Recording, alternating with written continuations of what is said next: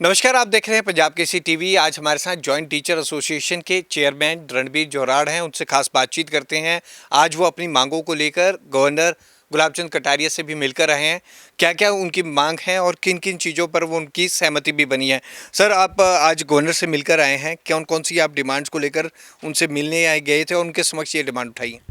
पहले तो जी आपके पंजाब केसरी का और आपके दर्शकों का बहुत बहुत अभिनंदन, जो आज आपने आपके चैनल पे हमारी सारी टीचर्स जो है हर कैडर की जो है मांग करने की जो है रखने की जो है आज आपने हमें टाइम दिया। तो आज हम गवर्नर साहब को, आदरणीय गवर्नर साहब को आज हम एक सबसे इम्पोर्टेंट इशू जो 2015 बैच के फाइनेंशियल बेनिफिट देने थे, उसका कैट में ऑर्डर आ गया था इस मार्च 2025 में।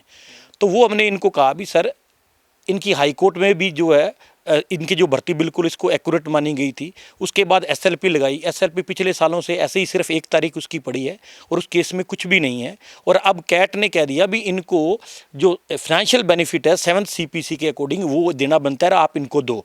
तो मैं कहा सर, चाहे आप कन्फर्म मत करो पर कम से कम ये तो इनको जो तनख्वाह इनकी बनती इंक्रीज है वो तो दो। पिछले 10 सालों से उसी तनख्वाह पे खड़े, ना इनको कोई इंक्रीमेंट मिल रही, ना इनको 6th पे कमीशन मिला, ना 7th पे कमीशन मिला।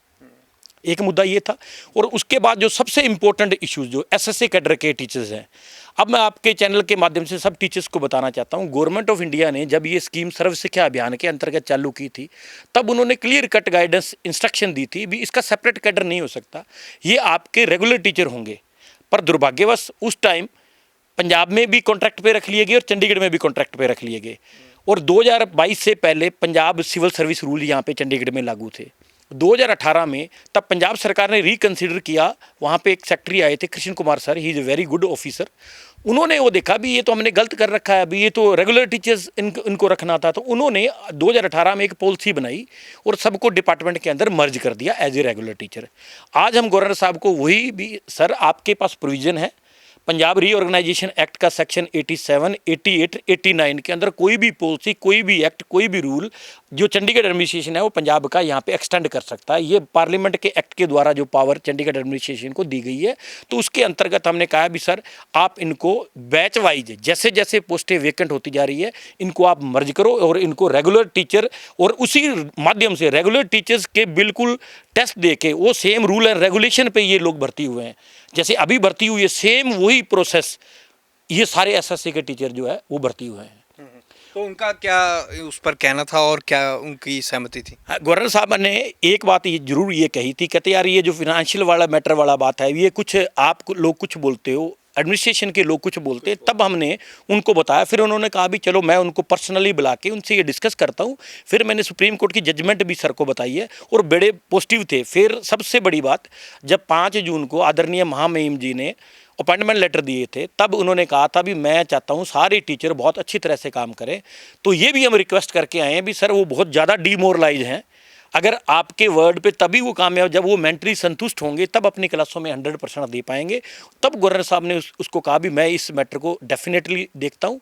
ऐसे ही SSA कैडर का था, एक SSA कैडर के हमारे 150 टीचर हैं जो भर्ती 2023 में हुए थे, पर एक टेक्निकल प्रॉब्लम के कारण उनको पंजाब का पे स्केल मिल रहा है आज तक भी, जबकि उनको बेसिक 34,000 JBT की यानी कि 5-6 हज़ार रुपये बेसिक पे बढ़नी है। एक्चुअली 7th CPC उनको एक्चुअली नहीं मिल रहा। आज एक हम और रिक्वेस्ट करके आए और एक UT कैडर के जो रेगुलर टीचर्स हैं उनकी 20C लीव का और मेडिकल की एक्यूमुलेटेड जो लीव है वो दोनों, ये 4 मुद्दे और एक पंजाब और हरियाणा के जो इशूज़ थे वो भी हमने उनके साथ टेकअप किए। आपको क्या लगता है ये मामले कब से आपके लंबित पड़ी हुई थी ये डिमांड्स? ये काफ़ी टाइम से लंबित हुई। 2015 बैच का तो हमारे बहुत टाइम से पहले 10 साल से पेंडिंग पड़ा है जी। और उसके बाद SSA कैडर का है वो अब्जॉर्प्शन की मांग देखो, हमारी जो डिफरेंट एसोसिएशन ने पहले काम कर रही थी उनकी कमजोरी थी, कभी उन्होंने अब्जॉर्प्शन की, रेगुलाइजेशन की SS कैडर की मांग ही नहीं उठाई थी। तब की उठानी चाहिए थी। जब पंजाब ने 2018 में सबको रेगुलर कर दिया था तो रीऑर्गेनाइजेशन एक्ट तो पंजाब सिविल सर्विस वही पॉलिसी यहाँ पे अडॉप्ट लीगली वैलिड थी, वो यहाँ पे लागू होनी चाहिए थी, ताकि यहाँ पे नहीं लागू करा पाए, वो हमारी एसोसिएशन की कमजोरी थी।